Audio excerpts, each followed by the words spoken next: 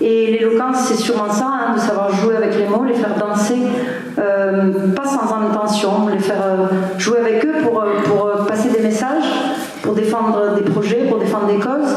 La relation entre terre et mer, l'humain et l'eau, reste affectueuse et conflictuelle à la fois. L'eau nous entoure, nous habille et nous habite. Elle est la cause de beaucoup de guerres, mais aussi la mère nourricière d'innombrables vies. Si l'eau pouvait éteindre un brasier amoureux, ton amour qui me brûle est si fort douloureux que j'eusse éteint son feu de la mer de mes larmes. Ensuite, de l'amour comme de l'eau, pour partager notre vie, avec ses bas et puis ses hauts, ses jours maudits et ses jours fleuris. Bon, le climat se réchauffe. Et c'est lié à l'activité humaine. Vous avez eu chaud cet été, vous ? Parce que même si vous ne l'avez pas forcément ressenti de fou, ça a été l'année la plus chaude jamais enregistrée sur les 9 premiers mois, selon l'agence Copernicus. Combien parmi vous se laissent emporter jusqu'à l'ivresse par l'alcool ? À cette question, j'aimerais en rajouter une autre. Pourquoi ne pas choisir plutôt l'ivresse de l'amour ? Une fièvre comparable peut s'emparer de nous, et je vais la caricaturer dans un exercice de style. Il me semble au premier abord que se perdre dans des chimères éphémères qui flétrissent la réalité est bien peu stimulant, même si cela peut être amusant ou réconfortant.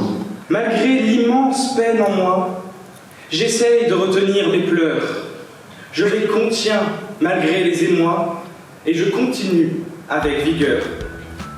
Mais les larmes brillantes s'échappent, coulent malgré ma volonté. Quelle sera la prochaine étape ?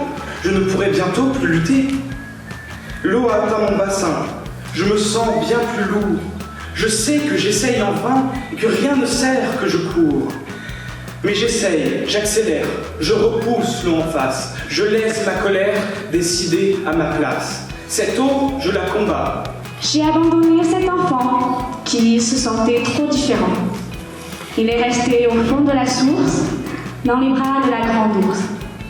Et puis, au fil du temps, a grandi la jeune pousse, comme un marin d'eau douce. Elle voyage en eau trouble, souvent à contre-courant, où elle perd beaucoup sa pantoufle. Mais elle regarde devant. Et de l'eau coule dans mes oreilles. Chaque jour, rien n'est pareil. C'est un coup d'épée dans l'eau que d'entendre juste tes mots. Mais quand je regarde le ciel, ce même ciel qui englobe 8 milliards d'êtres humains, je me dis qu'on se donne de l'importance pour échapper à quelque chose de terrifiant, de ces eaux trop calmes. On se demande, c'est tout ce qu'il y a. Comment le monde fait-il pour continuer à tourner de manière si indifférente? Comment fait-on pour donner à demain son importance? Comment faire? Non. Quand je commençais à tout réfléchir, je me disais souvent de prendre le temps. Prendre le temps de retrouver mon étoile polaire et de remettre le cap sur le nord. Prendre le temps d'exister, de profiter du voyage. Ah, ma grand-mère, qu'est-ce que je l'aime! Elle m'a légué un gigantesque héritage, cette belle planète bleue. Une goutte suspendue dans l'univers où les vagues salées dansent.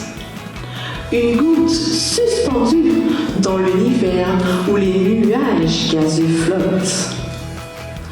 Une goutte suspendue dans l'univers où l'eau chansonne de douces mélodies.